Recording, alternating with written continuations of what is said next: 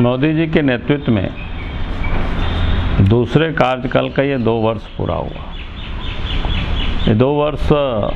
का जो कार्यकाल रहा ये उपलब्धि भरा भी रहा है और चुनौती भरा भी रहा है। उपलब्धियों की फहरिस्त को देखें तो ऐसे ऐसे काम हुआ जिसे कोई उम्मीद भी नहीं किया था कि ये भी काम हो सकता है।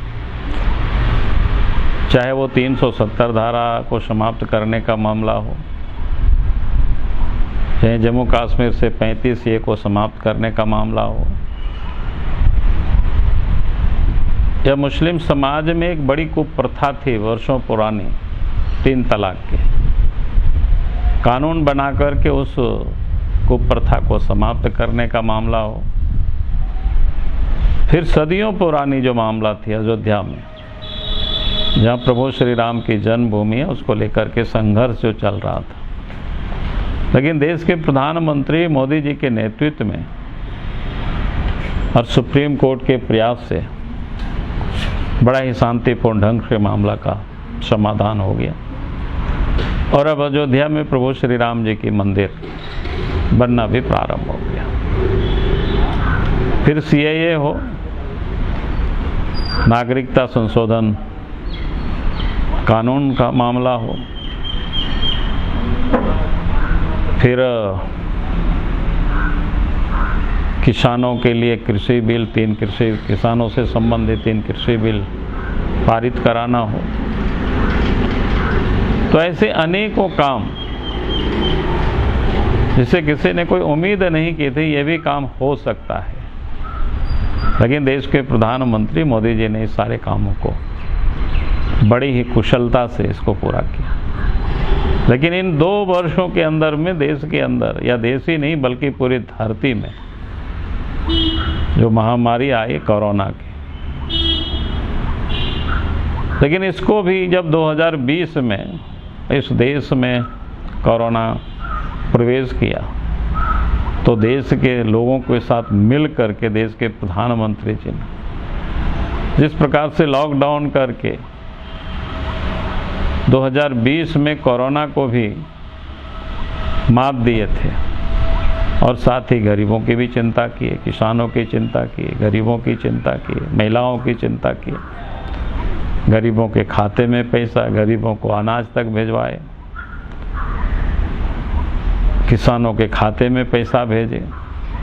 ताकि कोई भी लोग भूखे नहीं रहे। उद्योग धंधा भी आगे बढ़े, उस दिशा में भी पहल की।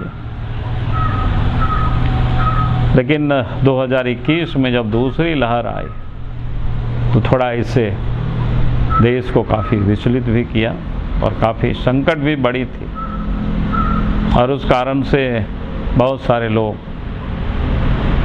अपने बीच से चले भी गए, लोगों की मृत्यु हो गई असामयिक रूप से। लेकिन उस वक्त जो 10-15 दिन इस प्रकार की देश भर में माहौल बन गया था कि ऑक्सीजन की कमी, अफरा तफरी मची हुई थी, लेकिन देश के प्रधानमंत्री ने इसको कुशल नेतृत्व के कारण, चाहे जल सेना हो, थल सेना हो, वायु सेना हो, सबको लगा करके देश से हो विदेश से हो ऑक्सीजन को लेकर के मंगवाना, फिर अस्पताल तक पहुंचाना, देश के अंदर में भी जहां ऑक्सीजन थे उसको भी ट्रेन से, टैंकरों से अस्पतालों तक पहुंचाना, और आज स्थिति में थोड़ी सुधार आई है। लेकिन तब भी आज हम सबको सावधान रहना होगा, क्योंकि देश के प्रधानमंत्री बार बार कहते हैं कि भाई दवाई भी और कड़ाई भी साथ साथ, जब अपनी बारी आवे तो टीका भी हम सब लोग जरूर लगावें, भयभीत होना नहीं है। अपोजिशन के लोगों ने काफ़ी भय पैदा किया टीका को लेकर के, लेकिन आज उन्हें भी समझ में आ रही है। इसलिए मैं फिर आप सब लोगों से यही कहूँगा कि अपनी जैसे ही बारी आवे टीका निश्चित रूप से लगावें, अनावश्यक रूप से घूमना फिरना नहीं करें, मास्क पहन के घूमें, 2 गज की दूरी बनाए रखें, तभी हम सब लोग कोरोना को हरा पाएंगे। इन्हीं शब्दों के साथ